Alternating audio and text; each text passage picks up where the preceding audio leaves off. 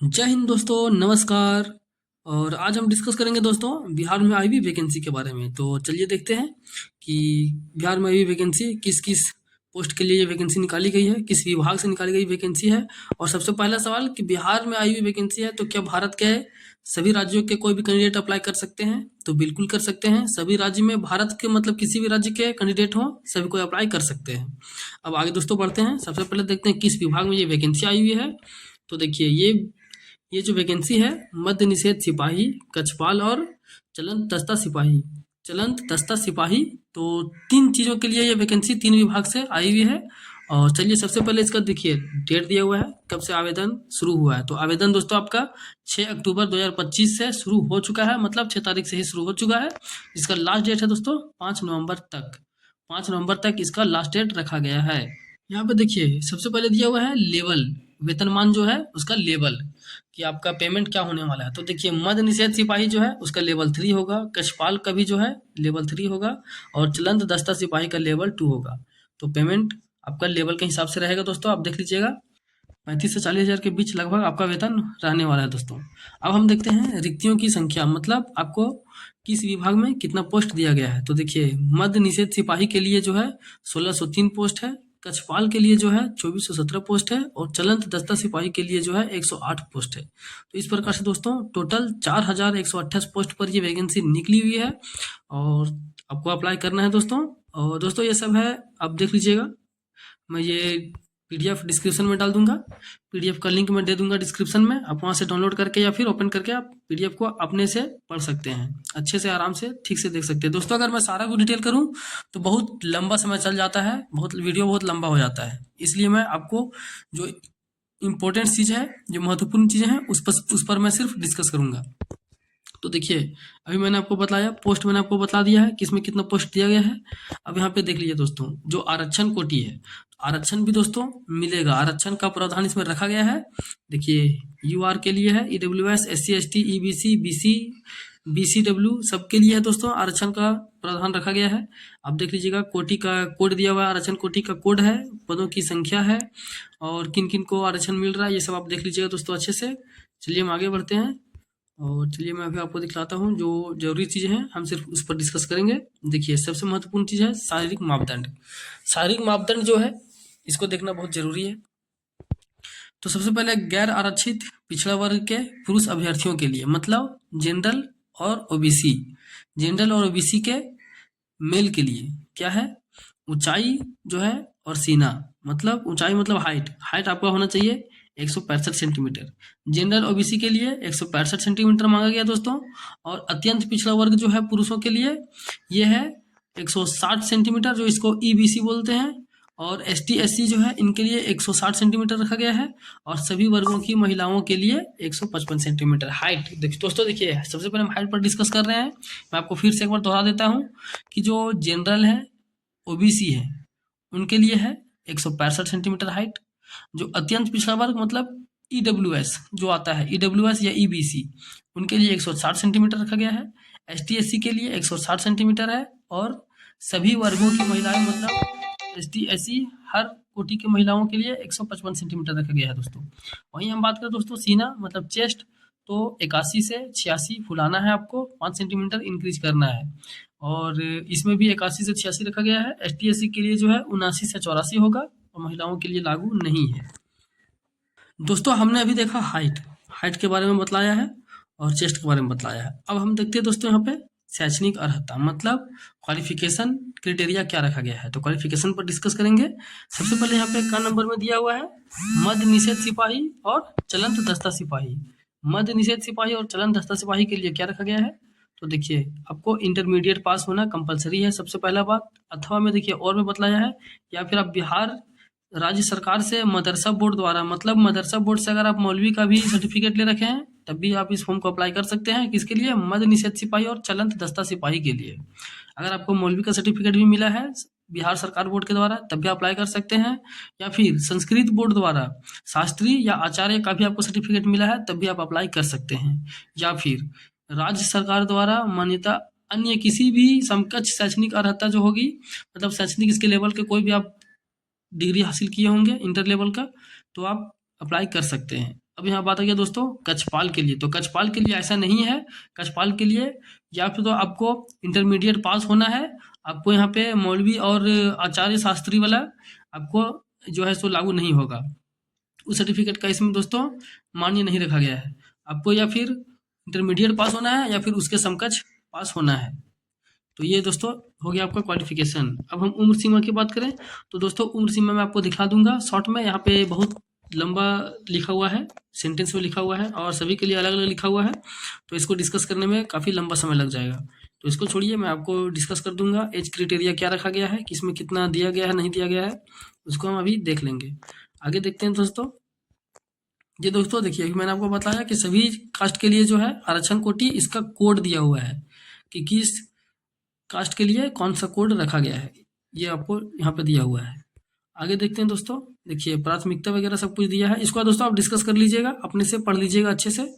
और चलिए हम आगे इम्पोर्टेंट चीज़ों पर डिस्कस करते हैं। अब यहाँ पे देखिए कि चयन के लिए जो परीक्षा का जो संरचना है वो कैसे होगा, किस प्रकार से आपका एग्जाम होगा। देखिए मद्य निषेध सिपाही 8 नंबर हम पढ़ते हैं।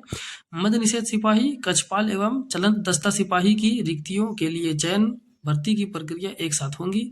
अभ्यर्थी आवेदन में अपनी प्राथमिकता अंकित करेंगे। नियुक्ति हेतु चयनित होने पर मेधा क्रमानुसार इनके द्वारा दी गई प्राथमिकता पर परिषद द्वारा विचार किया जाएगा। चयन प्रक्रिया निम्न चरण में होंगे। देखिए किस प्रकार से आपका जो प्रोसेस है, सिलेक्शन का प्रोसेस कैसे होगा, इस पर डिस्कस करते हैं। यही आगे लिखा हुआ है। पहला है आपको दोस्तों लिखित परीक्षा, मतलब आपका सबसे पहले आपका एग्जाम होगा, उसके बाद ही आपका फिजिकल मेडिकल जाएगा, उसके बाद आपका सिलेक्शन होगा। तो एग्जाम में देखिए क्या क्या बोला गया है। आवेदन पत्रों के संग्रहण के उपरांत आवेदन पत्रों की समीक्षा की जाएगी एवं इन अभ्यर्थियों के आवेदन पत्र सही पाए जाएंगे उनके लिए लिखित परीक्षा का आयोजन किया जाएगा। मतलब आप जो फॉर्म अप्लाई कीजिएगा उसमें अगर सब कुछ सही रहा तब आपको एग्जाम में बैठने दिया जाएगा। ठीक है दोस्तों। उसके साथ ही साथ इसमें बोला गया है कि नॉर्मलाइज तरीके से ही आपका जो है सो मार्कशीट निकलेगा, मतलब आपको जो अंक मिलेंगे वो नॉर्मलाइज करके दिया जाएगा। यहाँ पे लिखा हुआ है नॉर्मलाइज की बातें की हुई है, इक्वी परसेंटाइल मेथड से की जाएंगी, मतलब नॉर्मलाइज होगा। आगे देखिए दूसरा नंबर में यहाँ पे लिखा हुआ है लिखित परीक्षा का स्तर जो है बिहार विद्यालय परीक्षा समिति के 10वीं कक्षा मतलब मैट्रिक अथवा समकक्ष स्तर का होगा। लिखित परीक्षा में आपका हिंदी रहेगा, इंग्लिश रहेगा, मैथ है और सोशल साइंस भी है। सोशल साइंस में देखिए क्या क्या है, इतिहास है, भूगोल है, नागरिक शास्त्र, अर्थशास्त्र और विज्ञान जो है साइंस के अंदर आपका भौतिक, रसायन शास्त्र, प्राणी विज्ञान, वनस्पति विज्ञान और 6ठा नंबर में है सामान्य ज्ञान और समसामयिक मामले से संबंधित वस्तुनिष्ठ प्रश्न होंगे। तो इस प्रकार से आपका सिलेबस दे दिया है, इन सिलेबस से आपका क्वेश्चन रहेगा। तीसरा नंबर में बोल रहा है दोस्तों कि लिखित परीक्षा 100 अंकों की होंगी, मतलब आपका 100 अंक का परीक्षा होगा। इसमें आपको टोटल 2 घंटे टाइम दिए जाएंगे, 2 घंटा का समय आपको इसमें मिलेगा। और दोस्तों इसमें ये भी बोल रहा है कि OMR सीट पर आपका जो है सो एग्जाम होगा, मतलब ऑफलाइन एग्जाम आपका होगा दोस्तों। अभी देखिए 4 नंबर में यहाँ क्या बोल रहा है कि लिखित परीक्षा में 30% से कम अंक आने वाले अभ्यर्थी को शारीरिक दक्षता परीक्षा के लिए असफल घोषित किए जाएंगे। मतलब दोस्तों आपका जो एग्जाम होगा दोस्तों, ये एग्जाम क्वालिफाइंग है, 30% आपको लाना कंपलसरी है। 100% का जो आपका क्वेश्चन है, टोटल 100 क्वेश्चन, उसमें आपको 30 नंबर लाने हैं। और 30 नंबर लाने के बाद ऐसा नहीं है कि आप पास हो गए तो आपका सिलेक्शन हो जाएगा। 30 नंबर आपका क्वालिफाइंग है, आपका जो मेरिट बनेगा वो कट ऑफ जाएगा उसमें, जिसमें ज़्यादा अंक होगा उसके अनुसार से आपको लिया जाएगा। लेकिन ये आपका क्वालिफाइंग है 30 नंबर, इसके बाद ही आपको जो है सो फिजिकल के लिए भेजा जाएगा। अगर आप 30 नंबर लाते हैं तो आपको फिजिकल में डाल दिया जाएगा। फिजिकल आप कंप्लीट करने के बाद फिजिकल मेडिकल वगैरह होके उसके बाद आपका सिलेक्शन होगा, उसमें भी आपका मेरिट बनेगा दोस्तों। देखिए क्वालिफाइंग यहाँ पे बोल दिया है। 7वें नंबर में देखिए लिखित परीक्षा अंतिम मेधा सूची का आधार नहीं होगा। लिखित परीक्षा केवल शारीरिक दक्षता परीक्षा के लिए क्वालिफाइंग होगी, वही मैं आपको बतला रहा था अभी। अब दूसरे जो है प्रोसेस में आपका क्या होगा दूसरे चरण में, तो शारीरिक दक्षता परीक्षा मतलब पीटी जो आपका फिजिकल टेस्ट होगा। चलिए आगे इसको देखते हैं दोस्तों।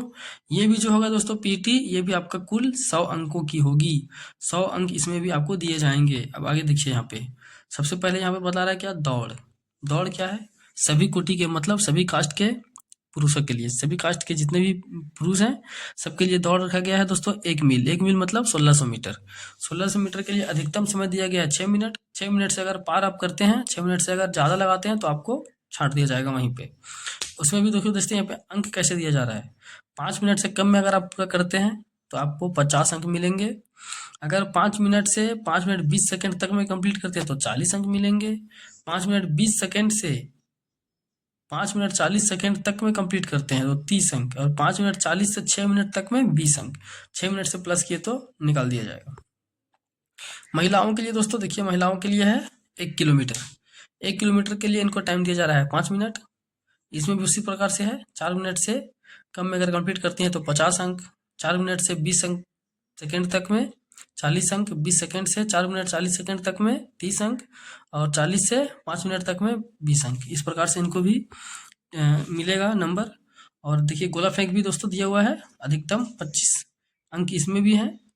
पुरुषों के लिए 16 पाउंड का गोला न्यूनतम 16 फीट फेंकना है, कम से कम 16 फीट आपको फेंकना है। और 16 फीट से 17 फीट तक अगर आप फेंकते हैं तो अब आपको मिलेगा 9 अंक। 17 से 18 में 13 अंक, 18 से 19 में 17, 19 से 20 में 21, और 20 फीट से अधिक अगर आप फेंकते हैं तो आपको 25 अंक दिए जाएंगे। इस प्रकार से दोस्तों गोला फेंक भी है, महिलाओं के लिए भी इस प्रकार से प्रावधान रखा गया है। उसके बाद दोस्तों देखिए यहाँ पे हाई जंप भी है, 25 नंबर का आपका हाई जंप होगा। अब देख लीजिएगा, कम से कम आपका हाई जंप जो है 4 फीट है, और मैक्सिमम आपका जो है सो 5 फीट है। ये है पुरुषों के लिए। महिलाओं के लिए कम से कम 3 फीट है, और ज़्यादा से ज़्यादा 4 फीट। इस प्रकार से आपको अंक दिए जाएंगे यहाँ पे। दोस्तों तृतीय चरण में आपका दस्तावेज सत्यापन होगा, जिसको बोलते हैं डॉक्यूमेंट वेरिफिकेशन। डॉक्यूमेंट वेरिफिकेशन के बाद दोस्तों आपका मेरिट बनेगा, और मेरिट बनने के बाद ही आपका सिलेक्शन कंप्लीट होगा। दोस्तों यहाँ पे देखिए 13 नंबर में लिखा हुआ है, 13 नंबर में आपका इसमें पेमेंट बतला रहा है कि पेमेंट आपको देना है कितना। पेमेंट आपको देना है 100 रुपया। आवेदन करने के वक्त आपको 100 रुपया पेमेंट इसमें रखा गया है। दोस्तों देखिए यहाँ पे सभी के लिए बोला है, सभी श्रेणी कोटि के अभ्यर्थियों के लिए, मतलब टोटल बाय टोटल, चाहे वो किसी भी कास्ट के हो, सभी के लिए 100 रुपये रखा गया है। लेडीज हो जेंट्स हो, सभी के लिए रखा गया है 100 रुपया। दोस्तों यहाँ पे देखिए, यहाँ पे हम बात करेंगे एज के बारे में कि किस वैकेंसी के लिए, मतलब किस पोस्ट के लिए कितना एज रखा गया है, और कास्ट वाइज। वहाँ पे दोस्तों हम देख रहे थे तो काफ़ी लेंदी हो जा रहा था, काफ़ी लंबा था, समझने में भी टाइम लगता उसको। आपको समझ में भी नहीं आता, मैं पढ़ के बतलाता, आपको समझने में टाइम लगता, थोड़ा कन्फ्यूजन टाइप से हो जाता, लेकिन इसमें सारा कुछ क्लियर है। तो देखिए यहाँ पे जो प्रोहिबिशन है और मोबाइल स्क्वाड, मतलब दोस्तों मोबाइल स्क्वाड और प्रोहिबिशन का मतलब हो गया दोस्तों आपका जो चलंत दस्ता जो है, और मद्य निषेध सिपाही, इनके लिए ये ऊपर वाला है आपका। देखिए किस प्रकार से रखा है। जनरल जो है, जनरल मेल के लिए 18 से 25 साल का दिया है फॉर्म अप्लाई करने का डेट। ओबीसी, ईडब्ल्यूएस, ओबीसी और ईबीएस, वही दोस्तों ईडब्ल्यूएस भी इसको बोलते हैं, मेल के लिए जो 18 से 27 साल दिया है। ओबीसी, ईबीसी फीमेल के लिए 18 से 28 साल दिया है, और एसटी, एससी मेल फीमेल दोनों के लिए 18 से 30 साल तक का टाइम दिया है दोस्तों अप्लाई करने का। अब यहाँ पे देखिए वही जेल वार्डर की बात करें तो जेल वार्डर में देखिए जनरल के लिए 18 से 23 वर्ष है, और ओबीसी, ईबीसी के लिए जो है 18 से 25 वर्ष है। फीमेल के लिए जो है ओबीसी, ईबीसी के लिए 18 से 26 है, और एसटी, एससी मेल फीमेल दोनों के लिए 18 से 28 है।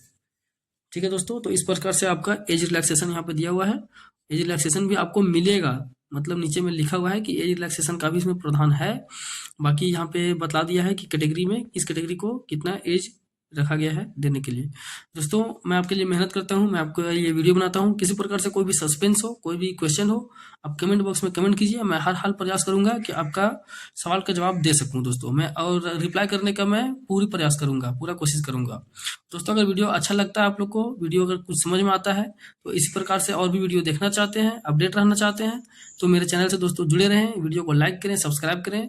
इस प्रकार से हर वैकेंसी की अपडेट मैं आपको देता रहूंगा। और वीडियो में लास्ट तक बने रहने के लिए बहुत बहुत धन्यवाद। जय हिंद।